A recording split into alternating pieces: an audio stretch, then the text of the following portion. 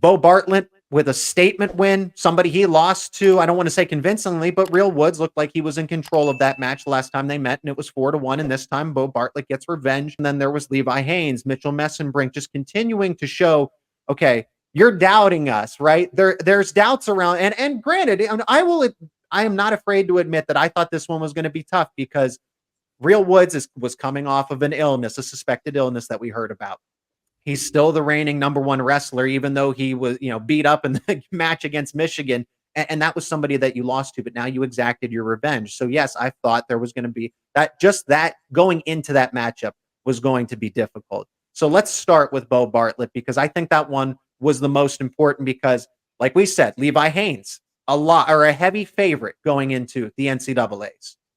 Carter Starachi, Aaron Brooks, Greg Kirkfleet. Those are your heavy favorites. But Beau Bartlett doesn't want to be counted out. And you said, as we were talking about this, I imagine that he's going to be your fifth just because he has now proven that he belongs in the conversation of there shouldn't be any more doubts that it's Real Woods or anybody else. Beau Bartlett has taken down Jesse Mendez and Real Woods in back-to-back weeks. If that doesn't say you're the number one wrestler, I don't know what does. Yeah, you said it. And it wasn't like at the Jesse Mendez match where Beau Bartlett had 7,000 whatever people cheering for him. He was going into Carver Hawkeye Arena against the guy that had been battling illness, as you mentioned, had what was frankly a very almost shockingly poor showing the previous week. But kind of going into this match, I thought the law of averages might work against Beau Bartlett because you have one guy is coming off a big win, another guy is coming off a big loss, and Real Woods, you don't really picture him losing 2 in a row, right? No. And especially at home, right? Yeah, and you're thinking, okay, this guy's going to be upset, he's going to be focused, he's going to be wrestling a guy he's beat, he's going to be have the home crowd in his favor, as we mentioned, but Beau Bartlett really, it wasn't a blowout or anything like that, but he controlled that match for sure. And to be able to have the biggest match of the night 2 weeks in a row and win both matches, I think if Beau had won one of these matches, we would have been feeling pretty good about him. That's how good Mendez and Real Woods are. But to go 2-0, that's solid. That is beyond solid. And there's no doubt, as good as 141 is overall in the country, there's no doubt who the top guy is at this point. And we'll see kind of what happens at the Big Ten tournament. That's really the only way I could see Bartlett's momentum being halted between now and NCAAs. But for now, Beau's the guy at 141 until he's not the guy, until somebody takes that from him. And what would that happen before the NCAA championships or even at the NCAA championships? I wouldn't bet on it at this point. Yeah. And funny enough, you will, and it's going to be a rematch of somebody, Beau Bartlett versus, if this holds up too, based on the Big Ten seeding, right? We're going to see it again, whether it's, and Real Woods. And I think the way the seeding is, because it's going to, you're anticipating a 2 versus 3. Real Woods or Jesse Mendez got to eliminate one another, and that allows Beau Bartlett just to take care of business in the Big Ten tournament, and then he'll face one of the two. I don't know what's gotten into. I don't want to say what's gotten into Real Woods because, right, if you've had an illness, if we're going to hold that against Real Woods, then I don't want to because I don't want to hold that against Aaron Nagao, right? Aaron Nagao was rumored to be coming off of an illness as well, and why he hasn't been wrestling up to his potential. Some people are questioning his ability. And that's why I thought it was key for him to get a victory like this one. A dominant one, came out attacking right away. He's so good when he's on top, when he's riding. But then the question marks have been around, what is he like on his feet?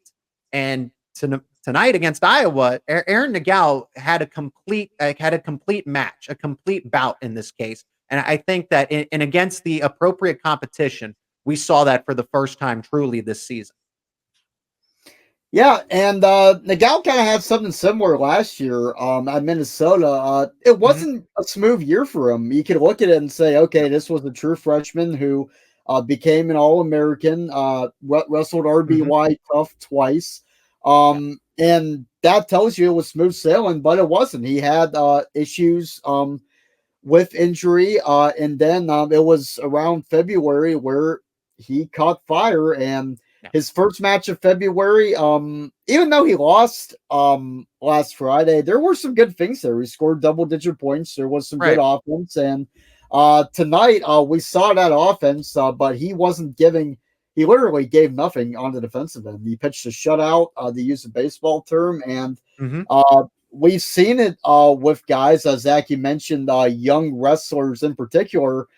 Kind of, this is their time, right? Right around now is when Hmm. they start to get hot. Nagao is Yep. still a young wrestler, only in year two. We saw with Levi Haynes last season getting all the way to the national championship. Yep. Maybe if he wasn't wrestling a guy that was 40 years old in North Carolina's Austin O'Connor, he wasn't 40, he was 24, but maybe if he wasn't wrestling a guy that experienced, he would have won a national championship. But nonetheless, um, Nagao could be a player come Big Tens Hmm. and NCAAs.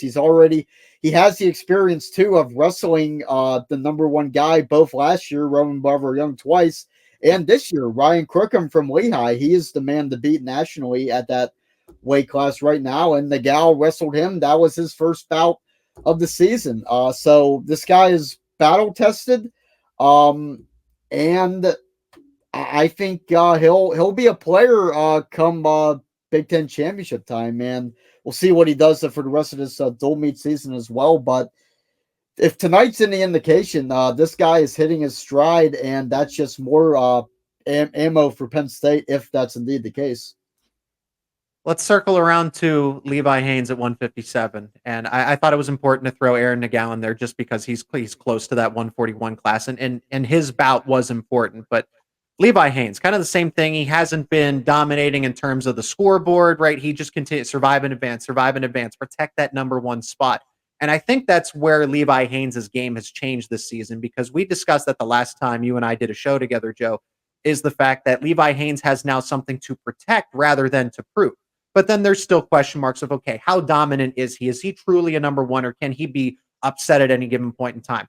People looked at me crazy and were in the comments section saying, Zach, how can you guarantee a Levi Haynes victory when Franek is in the top five? You saw the dual meet. You all watched the dual meet. That right there is why I thought, because Levi Haynes, again, saving things. You don't have to show it all against the unranked wrestlers. You get take care of business, win the way you need to, and advance.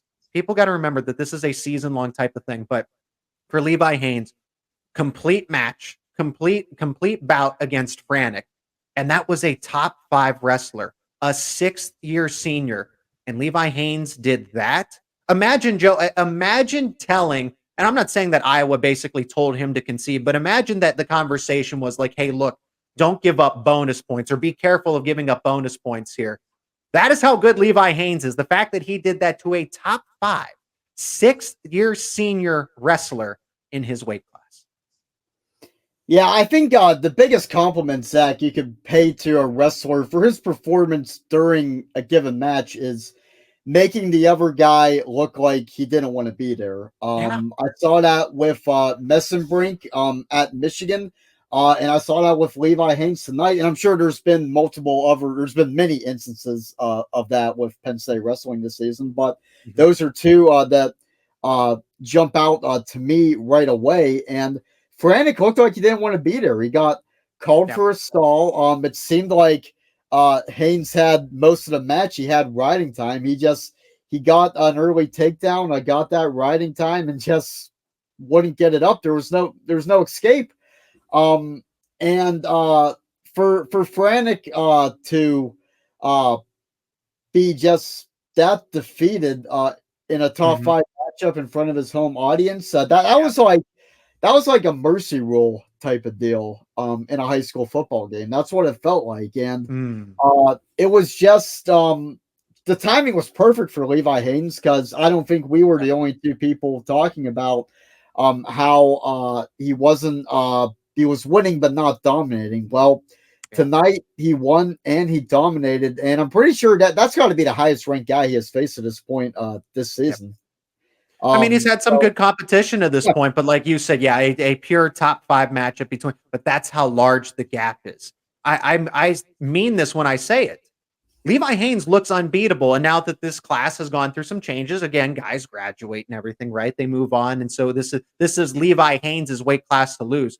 But Joe, to do that against a number 5 wrestler, Yeah. he looks unbeatable because he's great on his feet. And then defensively, he just doesn't let you do anything.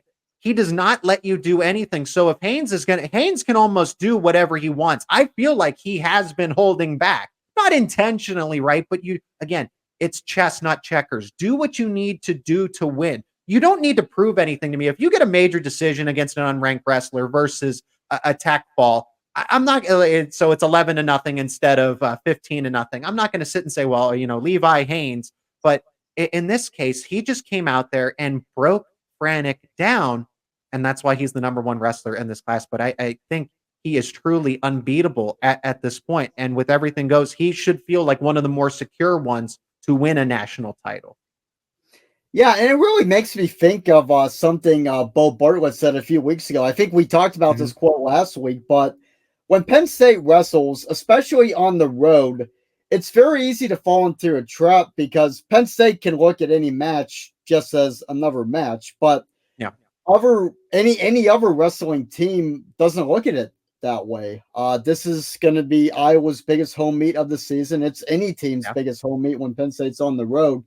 So Beau was saying that he had struggled with this season, kind of forgetting that while it might be another match to him, the other guy, that's their Super Bowl. And Levi Haynes is the top guy. He was the guy in the finals last season. The other finalist is not there anymore.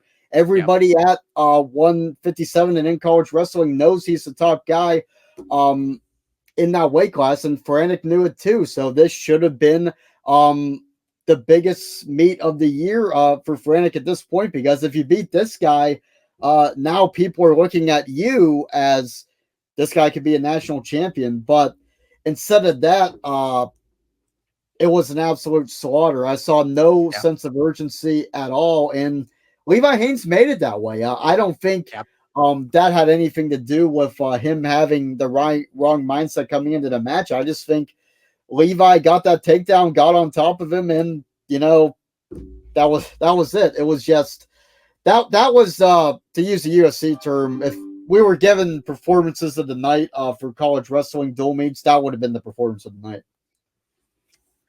And then I think we should look at 165 again, Mitchell Mesenbrink, because again, it's like, oh, well, he's top 10. And Penn State wrestling fans continue to hype him up and say, no, he's in the top 4. We've been saying he's at least top 4 on the show. Top 3, top 4, however you want to frame it. He's getting to the semifinals here. But defeating again, and like you said, a little disappointed to see that he wasn't able to secure that major decision against Mikey Caliendo. But there was a clear distance between himself and the number 6 wrestler at that weight class. Mikey Caliendo is very, very good. And Mitchell Mesenbrink, because of how aggressive he is, and I like what the announcers said about this too, the Big Ten announcers. They said that Mitchell Mesenbrink is essentially going to throw a wrench into the 165 competition just because he is so aggressive and so offensively sound that it's just going to be a little bit of a change up here at 165 for a majority of the class. I feel like, again, Keegan O'Toole and David Carr can adjust to that. But for the rest of the weight class, you see, it throws off a Mikey Caliendo. It's like, holy smokes, he's a maniac. He's an animal out here. Yeah, as far as NCAA goes, it's really hard when the 2 guys you mentioned, those are 2 guys that are as good at pound for pound as anybody out there. So that makes it difficult for everybody else. But yeah, this guy, he's already so good, and he just keeps getting better. That's the scary part, right? Here's a guy that came into Penn State basically as a true freshman. He was a redshirt freshman, but had 2 college matches under his belt, and I think those were both unattached. I could be wrong on that, but in any case, he only had 2 matches to go off of. You wrestle a guy that is experienced in Caliendo in his home building, and you wouldn't know that Messenbrink was the less experienced one by watching the match. He was toying with him at times, and it really should have been a major kind of let one slip in the last 15 seconds. I won't harp on that anymore. But I think Carr or O'Toole, one of those guys is the man to beat at 165. They're both just Mhm. so good. But I'm expecting to see Messenbrink in that Final Four, and with how good, how much better he could get in another month. Think of how much better he looks from the Oregon State meet until now. If he keeps making that improvement, and he ends up having to mix it up with one of those two Big 12 guys, um, who knows what could Right. happen? But hopefully he gets that opportunity, because wrestling one of those two, regardless of the outcome, is going to be huge for his development going forward into next season, because he's a guy that Pence has got. NCAA is going to be seeing a lot of the 165 for the next few years. Absolutely. He's only a redshirt freshman first year at Penn State after transferring in. Carter Starachi gets a major decision against Patrick Kennedy, 13-5. Bernie Truax, an 8-0 shutout at 184. And Bernie Truax, a good way to bounce back after getting pinned the way he did against Ohio State. Aaron Brooks, number one wrestler, looked a little bit human, because I thought he was going to get a major decision. That's just how good Aaron Brooks is. But Zach Glazier, who was undefeated to this point, held his own just outside of the top 10. So that was good to see. And then Greg Kirkley picks up a major decision of his own later on in the bout too. He did. It was pretty close to start, and then was able to secure it later on here. Anything that stood out to you? Kind of, we go a little more rapid fire between those four matches. There's just not a lot to take. I thought Kennedy tired out Starachi a little bit, but again, just so. And the same thing with Brooks. They're so good defensively that even when there is a good shot, they're always able to counter, even when it looks like they're going to get. I mean, Carter Starachi has not been taken down.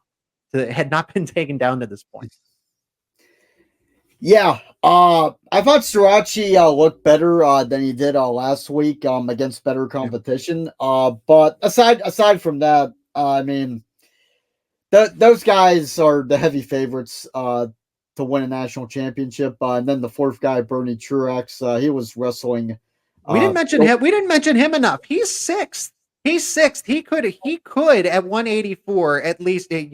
I would kind of group him in with closer to Kasak in terms of probability. If we're talking probability, who would make it into the All-American and then getting to the semifinals national championship, Bernie Truax. But just because the talent's so good. But let's not forget that Truax has been around college wrestling for a long time, and he's a veteran, so he very well could at what. But 184 is a really good class too. 184 Yeah. is very good. And people are going to talk about Truax getting pinned by an unranked guy. That Mhm, pin, I don't want to call it a fluke because mhm. he got the pin fair and square. But Truax was Right. up, I think, 9-4, 9-3 at that point. So it wasn't like he was just getting handled the whole way and then the pin was the Yeah. icing on the cake. It was just a few bad seconds. But yeah, Truax kind of take tonight with a grain of salt, because with all due respect to his opponent, you're going against a guy that came in 10-10 and now is 10-11. Yeah. That's hard to prove too much there. But I said after the Ohio State meet that there's nothing to worry about with this guy. He's Penn State's guy Yeah. at 184. Eventually that's going to be Josh Barr, Yep. but not. Um, but yeah, as an All American guy, there's no reason to think that he wouldn't be an All American. He's already done it Mhm. before at different weight classes, right? 197 beat Max Dean last Mhm. season. That's a national champion. So, yeah, Bernie Truax is a guy that kind of gets lost in the shuffle, but hopefully within the next few weeks, for his sake, he makes everybody forget about that pin, because I don't think the pin was a reflection of Yeah. what Bernie Truax is as a wrestler. I just think he got caught, and it happens sometimes. Get it out of your system now. I'd rather see him get pinned now than as opposed to the Big Ten tournament or the NCAA tournament. And we didn't get the chance to see Gabe Arnold. And everyone, there was speculation. Oh, Yeah, is Gabe that's a Arnold going to bummer. wrestle at 174, 184? And then if you watched this show, if you watched the preview of this dual meet, Jeff Byers was all clued in, the voice of Penn State Wrestling, and said, "No, Iowa is probably going to redshirt him, so we won't see him out in this." Because I was Carter Starachi versus Gabe Arnold, a chance for Starachi to make him eat those words, saying that he's a high school senior, saying that Carter Starachi, a multinational champion, is overrated, is bold talk, But we didn't get to see it. But Iowa's playing a little bit of is investing long term in this case And they probably would have wrestled him at 184 just because they probably would have wrestled him there if they did. But looks like they have ulterior plans for him